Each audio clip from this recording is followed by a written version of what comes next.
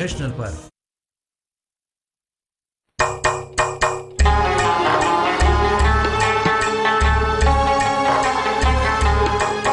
ये माज़ने मुआनी सहबाई आसमानी, हर पीस इल्म हिकमत, हर साफ गुलस्तानी, हर लफ्ज़ बोस्तानी, हर लफ्ज़ बोस्तानी।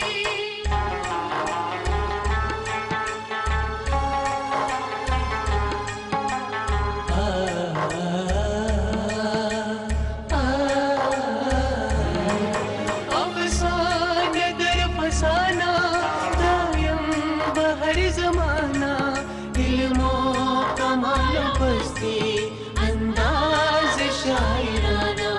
सादी की सुन ज़बानी, सादी की सुन ज़बानी, सादी की सुन ज़बानी, सादी की सुन ज़बानी, सादी की सुन ज़बानी, सादी की सुन ज़बानी।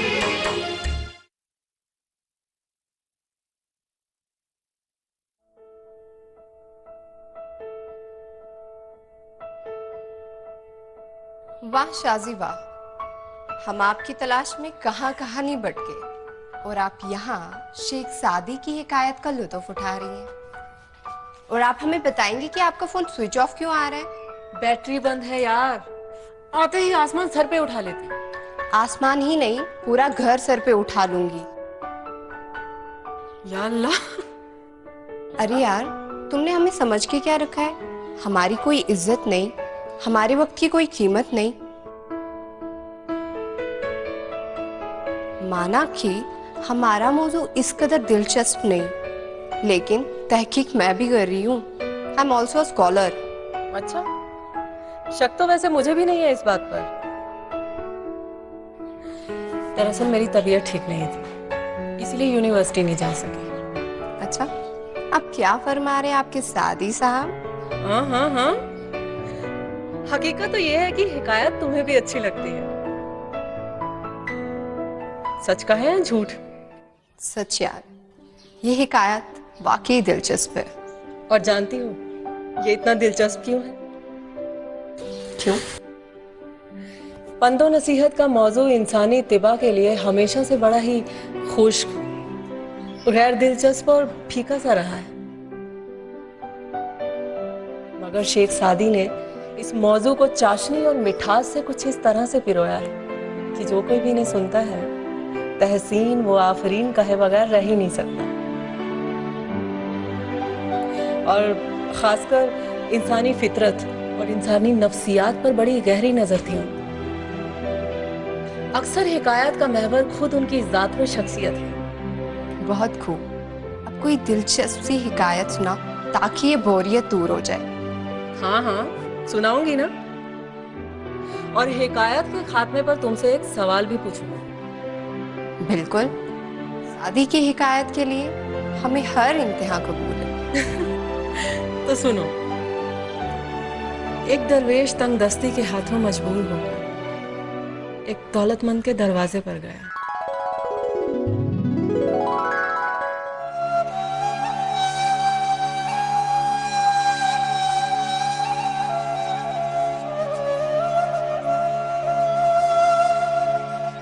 फराख दिल मालिक, मालिक मेरी फरियाद सुन ले मालिक। 2 दिन से भूखा हूं, मेरे घर में एक दाना अनाज का नहीं है मालिक। मेरे बीवी बच्चे भूख से बिलख रहे हैं मालिक। मेरी फरियाद सुन ले मालिक। अरे ओ मालिक। खादिम, खादिम। जी मालिक। अरे देख तो, कौन सदा दे रहा है? ना दिन देखते हैं ना रात, बस मुंह उठाकर चले आते हैं। मालिक, लगता है कोई हाजतमंद है, इमदाद के लिए पुकार रहा है। चल, मैं खुद ही देखता हूं।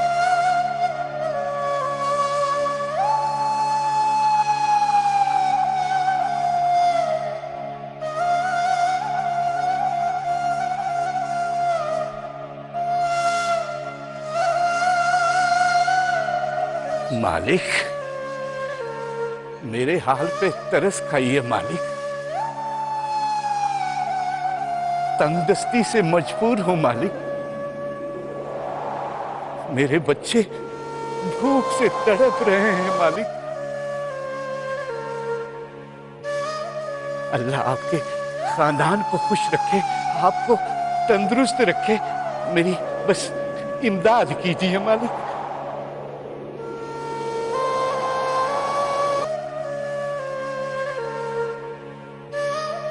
जिस्म से तो तंदुरुस्त हो, फिर कहीं जाकर कोई मजदूरी क्यों नहीं करते? भीख मांगना क्यों अपना पेशा बना रखा है? झूठ, मक्कारी, रियाकारी इस पेशे में लाजमी है। ऐसा नहीं है मालिक, मैं वाकई बहुत मजबूर हूं, काफी लाचार हूं मालिक। तेरी मजबूरी का जिम्मा मैंने तो नहीं ले रखा।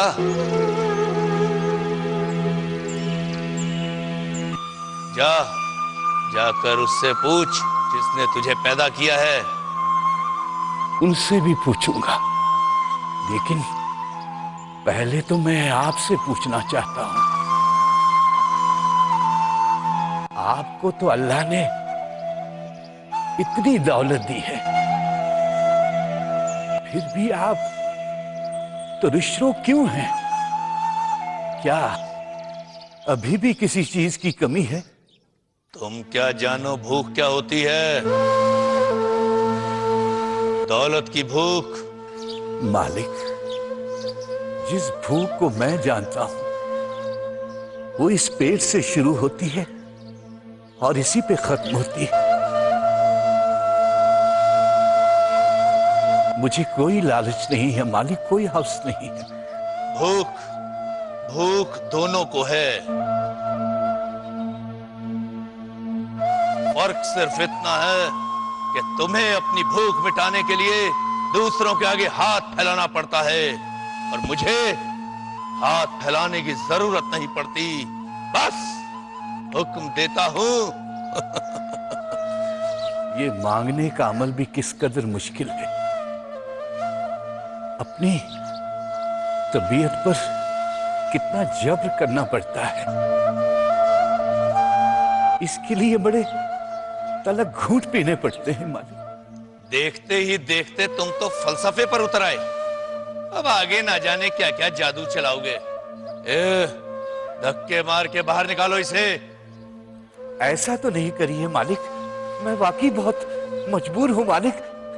ऐसा तो नहीं कहिए मालिक, मैं वाकई बहुत। चल चल निकल, दफा हो जा। ऐसा मत। चल।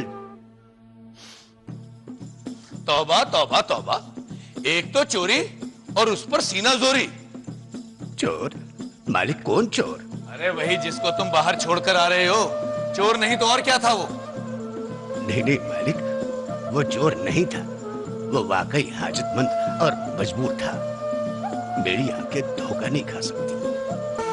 उसकी बीमारी तुम्हें भी लग गई है। हर बात को तूल देना और फिर अपना फलसफा झाड़ना। आखिर में अपना नुक्ता नजर पेश करना। ये दौलत मैंने भिखारियों में बांटने के लिए नहीं कमाई है। ये दौलत, ये शान और शौकत मैंने अपने खून पसीने से जमा की है। समझे? माफ करें हुजूर, मेरी हमदर्दी उसके साथ नहीं बल्कि आपके साथ है। लेकिन यह दौलत ढलती फिरती छाऊ की तरह है, कहीं ये आपसे भी दगा न कर बैठे। ये क्या बक रहे हो तुम? दफा हो जाओ यहां से। बदबख्त, दूर हो जाओ मेरी नजरों से। नालायक कहीं का, बात करने की तमीज नहीं। क्या बात है, आप कुछ परेशान से लग रहे हैं? कुछ खास नहीं बेगम, फिर भी हमारी दौलत सबकी आंखों में खटकती है। बाहर वाले तो बाहर वाले, हमारे नौकर चाकर भी हमारी दौलत और हमारी शान और शौकत से खुश नहीं। हर कामयाब इंसान के बेशुमार दुश्मन होते हैं, उसे उन दुश्मनों से डरना नहीं चाहिए। बल्कि उनके मशवरों को नजर में रखकर अपनी दौलत की ताकत को और बढ़ाना चाहिए। अगर ये ताकत ही नहीं रही तो हमारी हालत भिखारियों जैसी हो जाएगी और फिर हमारा कोई दुश्मन नहीं रहेगा। कामयाबी का बराह रास्त रिश्ता दुश्मनी से ही क्यों है? ये आज की बात नहीं, सदियों से ऐसा होता आया है।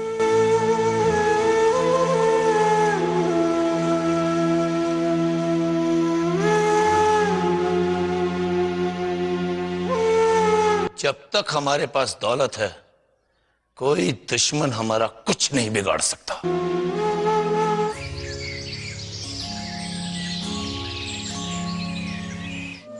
अल्लाह के वास्ते मोहताज की कोई इमदाद करे।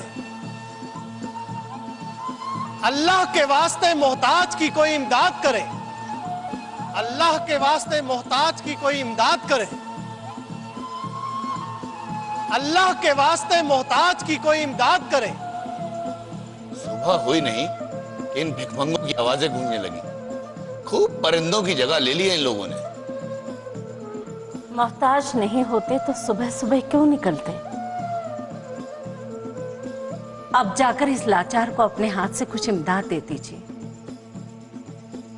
कल भी आपने उस दरवेश को खाली हाथ लौटाया था। रात भर मेरा जी घबराता रहा। बेगम,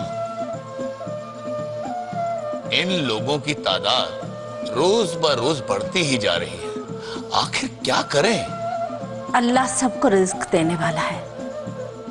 आप अपना फर्ज निभाइए। जाइए ना, उसे कुछ दे के आइए।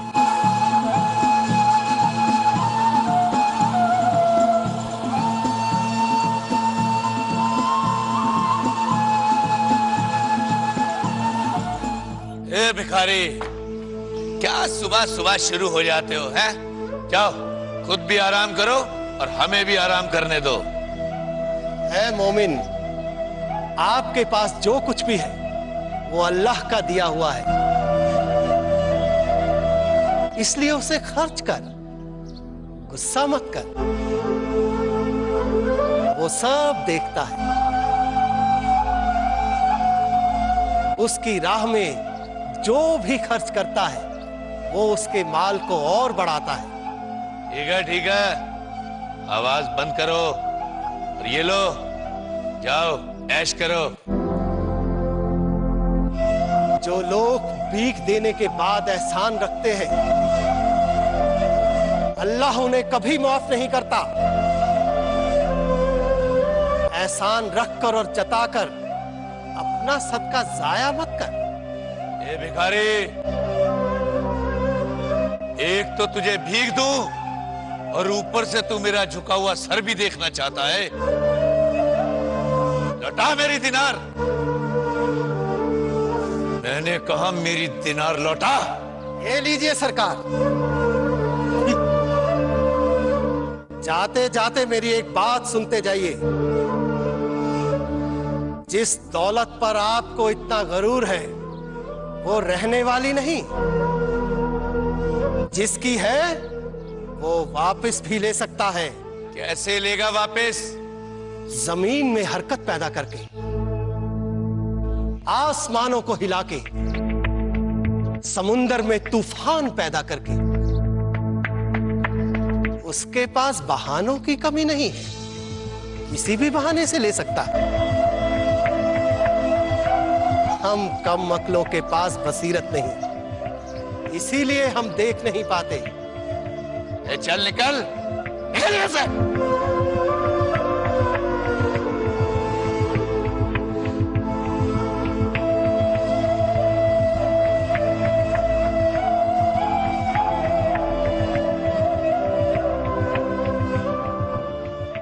जाने कैसे कैसे लोग भिखमंगों के सफ में शामिल हो गए। जिसे देखो उसके नाम पे धमकाता रहता है।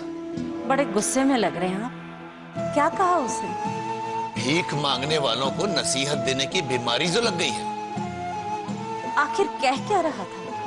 कह रहा था कि मेरे पास जो माल दौलत है वो आज है, कल नहीं भी हो सकती। तो मैंने भी कह दिया भाई, मेरे पास इतनी दौलत है कि खत्म होते होते बरसों लगेंगे।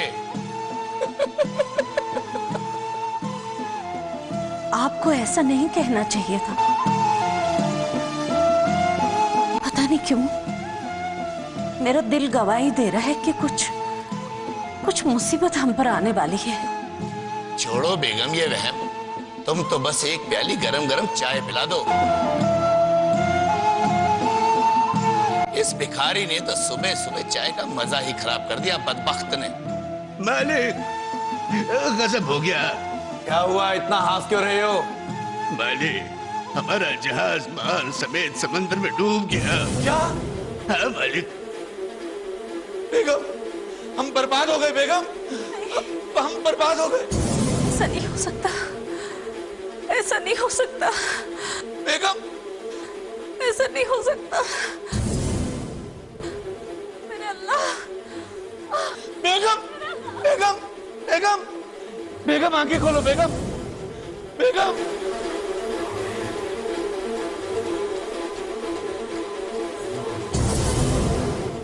कि किसकी बुरी नजर लग गई हम? किसी की बुरी नजर का असर नहीं है बेगम, ये तो हमारी कम अक्ल की वजह से हुआ है। अल्लाह ने हमें दौलत दी, लेकिन हम उसकी कदर न कर सके। गरीबों, मस्कीनों और हाजतमंदों के दर्द को न समझ सके। अब आप समझ तो गए, लेकिन बहुत देर हो चुकी है। मैं किसी को मुंह दिखाने के काबिल न रहा बेगम। ये हमारी हवेली नीलाम हो जाएगी। अब हम पैसे पैसे के मोहताज हो जाएंगे। ऐसा मत कहिए, उससे पहले मैं अपनी आंखें बंद करना चाहूंगी। ऐसा ना कहो बेगम, ऐसा ना कहो। आप मुझे छोड़कर नहीं जा सकती। आपकी बेबसी मुझसे देखी नहीं जाएगी। आप एक लाचार मजबूर जिंदगी बर्दाश्त नहीं कर पाएंगे। अल्लाह सब ठीक करेगा बेगम, सब ठीक करेगा बेगम। मालिक, आज आप अल्लाह को याद कर रहे हैं जब उसे याद करना था, जब उसके हुजूर में सर झुकाना था, जब उसका शुक्र बजा लाना था। तब तो आपका ये मगरूर सर झुकने पर राजी न हुआ। अब अपने आप से पूछिए कि जमीन पे अकड़ अकड़ के चलने से आपको क्या मिला? ये तुम क्या बक रहे हो? जबान संभालिए अपनी। अब मैं आपका नौकर नहीं, मैं आपकी नौकरी छोड़ के जा रहा हूं। तुम ऐसा नहीं कर सकते। ये फैसला मुझे बहुत पहले करना चाहिए था, पर देर आयत दुरुस्त आयत।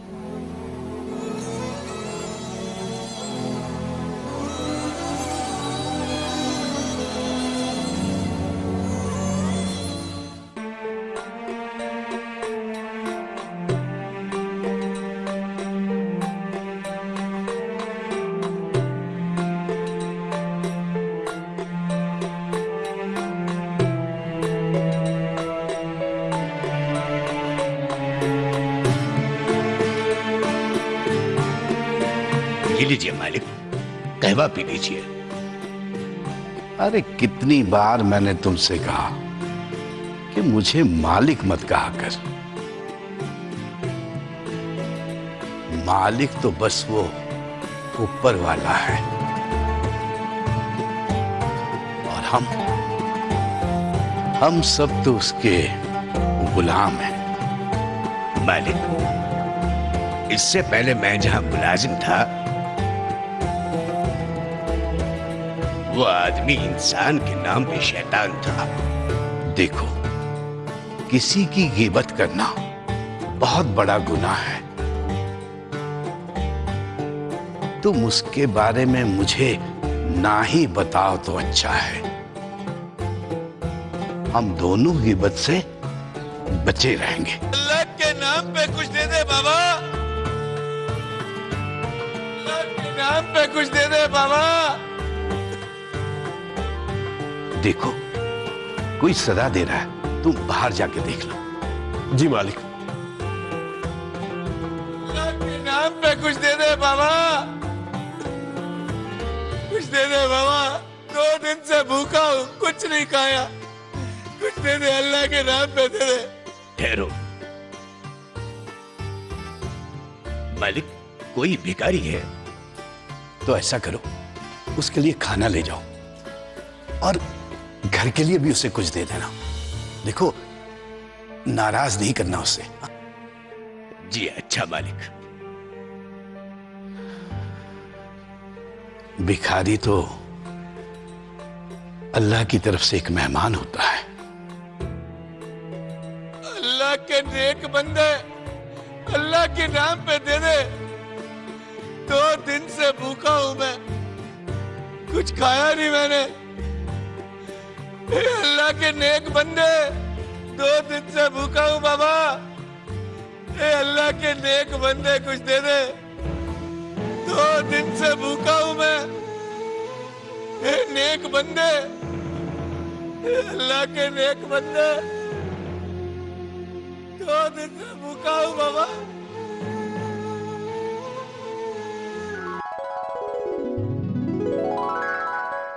जिस्म से तो तंदुरुस्त हो, फिर कहीं जाकर कोई मजदूरी क्यों नहीं करते?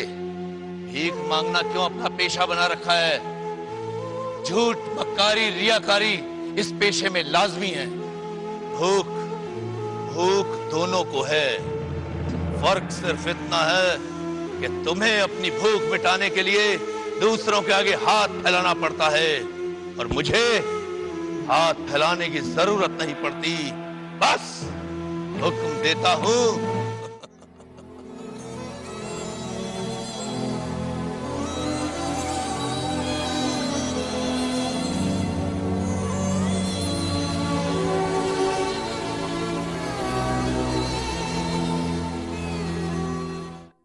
ये लो।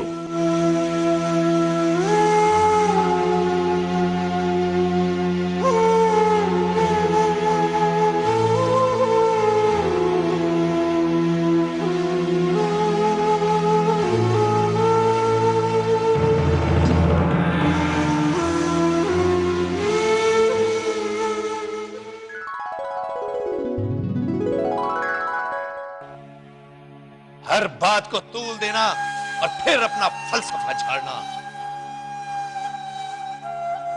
आखिर में अपना नुक्ता नजर पेश करना। ये दौलत मैंने भिखारियों में बांटने के लिए नहीं कमाई है।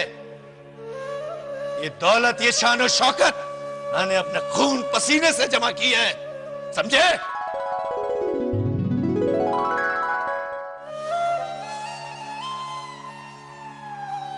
अल्लाह आपको उम्र दराज करे, आपको बरकत दे।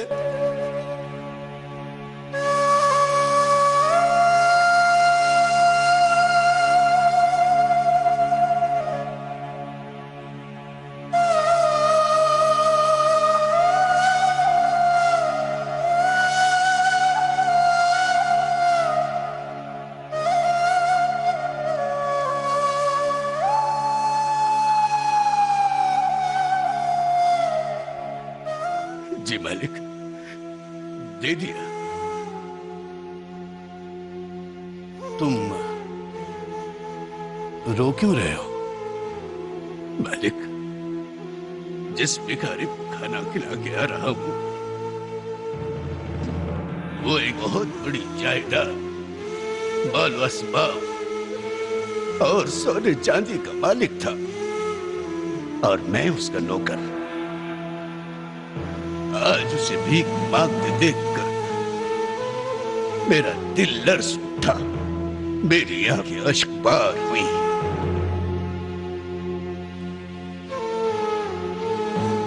वो बड़ा आदिल है, रहीम है, किसी पे जुल्म नहीं करता। मालूम है तुम्हें, जब उसके पास मालो दौलत थी, अल्लाह ने उसे सब कुछ अता किया था। लेकिन जब कोई साइल उसके दरवाजे पे जाता था, साइलों को धक्के मारकर निकाल देता था। मेरी तरफ देखो, मैं वही साहिल हूं जिससे उसने एक दिन जलील करके निकाल दिया था।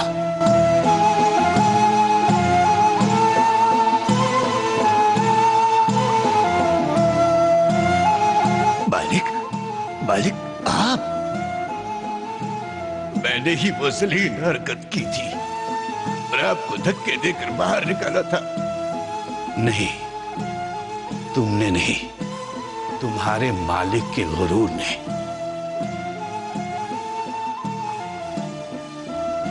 हाँ, देखो, तुम मजबूर थे। गर्दिशे जमाना ने आज उससे मेरी साबिक़ हालत पर पहुंचा दिया। जो दौलत जिस पर उसे नाज था, अल्लाह के फजल से मुझे अता हुई। खुदा अगर मसलहत से एक दरवाजा बंद करता है, तो अपने ही फजल करम से दूसरा दरवाजा जरूर खोलता है, जिससे कई बेसरो सामान मुफलिस साहिब हसीयत बन जाते हैं और कई मालदार तबाहाल हो जाते हैं। सच कहा आपने मालिक, दौलत पे कुर्बा का भी हक है। हाँ, हमें हमेशा एक बात याद रखनी चाहिए कि अल्लाह के सामने हमेशा सर्वसुजूद रहना चाहिए, क्योंकि सबका हाल तो वही जानता है। दरियाफ्त कर लो कि इसका ठिकाना कहां है, ताकि सुबह शाम तुम इसके घर खाना लेकर जा सको, ताकि इसके बच्चे जो हैं कभी भूखे न रहें और इससे भी भीख से नजात मिले। जी, जैसा हुक्म मालिक। एक बात और, जिससे मैं फिर से दोहराना चाहता हूं कि अल्लाह के सामने हमेशा सर्वसुजूद रहो। बस वही मालिक है। जी मालिक।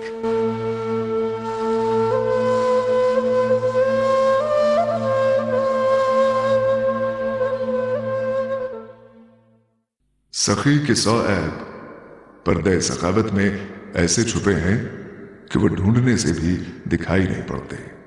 लिहाजा सखावत करो, उसके बंदों पर रहम करो, जरूरतमंदों की मदद करो, वो भी तुझ पर रहम करेगा। ये मासने मुआने सहबाई आसमाने, हर पीस इल्म हिकमत, हर साफ गुलस्तानी, हर लफ्ज़ बोस्तानी।